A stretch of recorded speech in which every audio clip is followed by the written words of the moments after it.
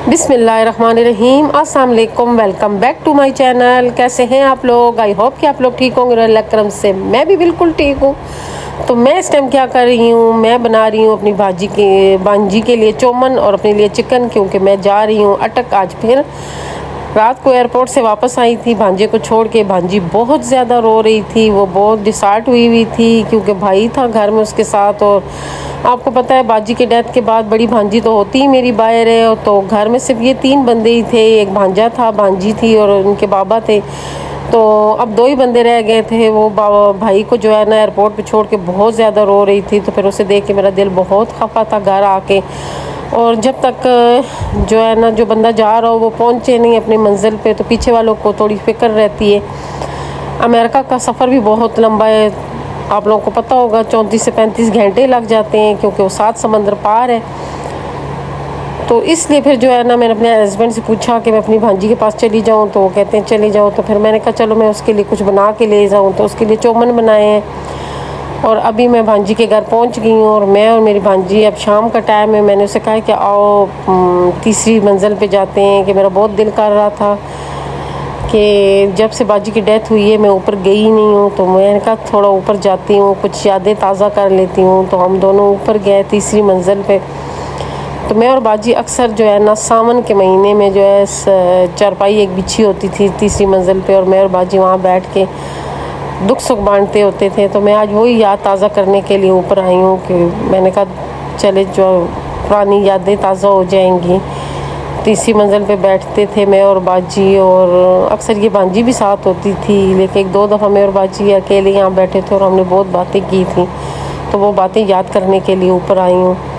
तो बस यादें रह जाती हैं कि एक दौर था, इस घर में इतनी रौनक थी, और अब इतना बड़ा घर और इसमें सिर्फ 2 बंदे रह गए हैं। एकदम घर सूना हो गया है। और ये मेरी भांजी की साइकिल है, ये बहुत छोटा था तब उसने ली थी। फिर मैंने और मेरी भांजी ने मिल के कुकिंग की, और यहाँ हम सब्ज़ मिर्चें जो है ना ढूंढने आए थे। हमें सब्ज़ मिर्चें ही नहीं मिल रही थी, क्योंकि बहुत बारीक बारीक सब्ज़ मिर्चें और कड़वी भी बहुत है ना। तो हम लोग जो है मोबाइल की रोशनी में वही ढूंढ रहे थे, क्योंकि ये रात का टाइम है। मैंने पूछा क्या बनाऊँ, तो बेनोई मेरे कहते हैं कि कबाब बनाओ। तो फिर मैंने कहा चलो कबाब बना लेती हूँ। तो इनके घर बस खाने पीने का यही हाल है, क्योंकि 2 बंदे हैं और ये जो है ना खाने पीने में जो है ना भांजी बहुत खोटी हो गई है, खाती पीती ही नहीं है। अब इसकी कुछ अर्से बाद शादी भी है और ये इस कदर कमज़ोर हो गई है कि इसे देख देख के बंदे का दिल कुड़ता रहता है। तो लड़कियां तो जो है ना शादी के लिए डाइटिंग करती हैं, और हम इसे कहते हैं कि कोई खा पियो कि कुछ तुम्हारे जो है ना चेहरे पे रौनक आए, क्योंकि ज़ाहिर टेंशन पे टेंशन बेचारी पे गुजर रही है। पहले माँ चली गई, बहन भी जो है माँ की तरह जो बहन है वो भी बाहर होती है, और हम लोग भी दूर हैं इससे, और घर में सिर्फ इसके बाबा ही होते हैं। तो आपको पता है ना बच्चियाँ होती हैं तो उनको तो ज़रूरत होती है, माँ की भी ज़रूरत होती है, बड़ी बहन की भी ज़रूरत होती है। तो ये हम कबाब बना रहे हैं। ये मेरी भाजी मुझे दिखा रही है कि ये मैं लहसुन के लिए लेके आई हूँ, लहसुन क्रश, ये जिसने दराज से मंगवाया है। फिर हमने कबाब बनाए गर्मा गर्म, और फिर हम लोग तीनों ने मिल के खाना खाया। तो ये कबाब तैयार हो गए हैं। तो इस तरह ये है कि उसका भी दिल लग गया और मेरा भी दिल लग गया। तो कभी कभी जो है ना रूटीन से हट के भी काम करने चाहिए, ये ज़िंदगी है, यहाँ पे काम ख़त्म नहीं होते हैं। और ये मेरी बाजी की जगह है, और ये जो है ना मैं जब भी आती हूँ तो मैं बाजी को बहुत याद करती हूँ। इस जगह को देखती हूँ तो दिल बहुत खफा होता है। लास्ट दिनों में तो इधर ही बैठी होती थी।